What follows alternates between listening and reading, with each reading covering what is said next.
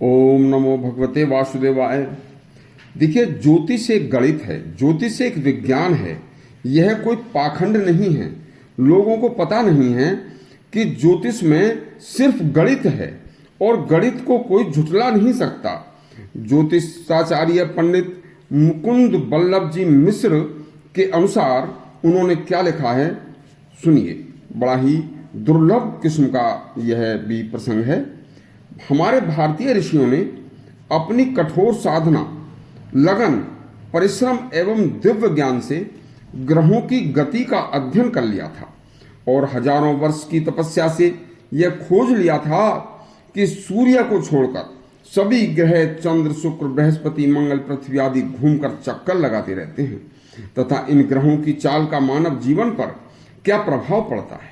जब दुनिया कुछ भी नहीं जानती थी, पश्चिम में कोई आविष्कार नहीं था, उस समय भी हमारे ऋषियों ने ग्रहों की चाल तथा ग्रहों की चाल का पृथ्वी पर क्या प्रभाव होता है, मंगल ग्रह का रंग लाल है, यह सब कुछ जान लिया था। देखिए, खगोल विज्ञान के संसार के सबसे पहले जानकार और सबसे पहले विद्वान गणितज्ञ आर्यभट्ट का नाम संसार जानता है, लेकिन इस नाम को दुनिया में एक ऐसा नाम है कि ऐसा व्यक्ति आज तक दोबारा पैदा नहीं हुआ, लेकिन इस नाम को लोगों ने, पश्चिम ने भुला दिया। तभी से ज्योतिष विज्ञान भी तभी से प्रभाव में आया था।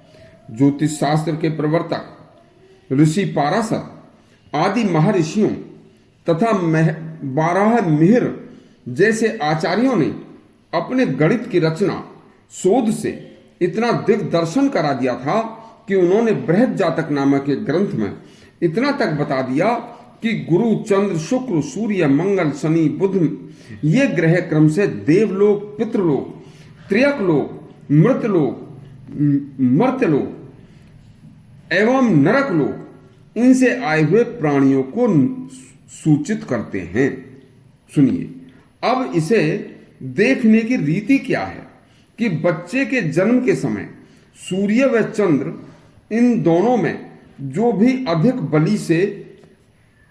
बली हो वह जिस देश काल में हो, उस देश काल का स्वामी गुरु हो, तो समझ लो कि यह प्राणी देवलोक से आया है, यानी कि जन्म लेने वाला बच्चा देवलोक से आया है।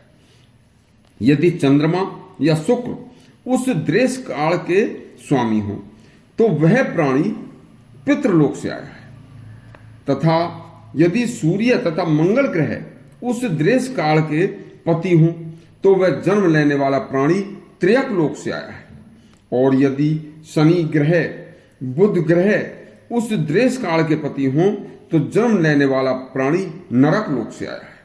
ज्योतिष शास्त्र एक गणित है और गणित का हिसाब लगाने वाला यदि विद्वान है, 12 गुणा 12 यदि 144 होते हैं और वह 144 की जगह 144 की ही गणना करेगा, तो ज्योतिषी जो विद्या है, जो उसका हिसाब है, वो ठीक बैठेगा, तो उसका हिसाब 100% सत्य होगा। यदि इस गणित का हिसाब लगाने में कोई त्रुटि होती है तो उसमें ज्योतिष की गलती नहीं, हिसाब लगाने वाले की गलती होगी। इस तरह जन्म के समय का शोधन करके अक्षांश देशांतर संस्कार करने के बाद बालक की जन्म कुंडली बनाई जाती है।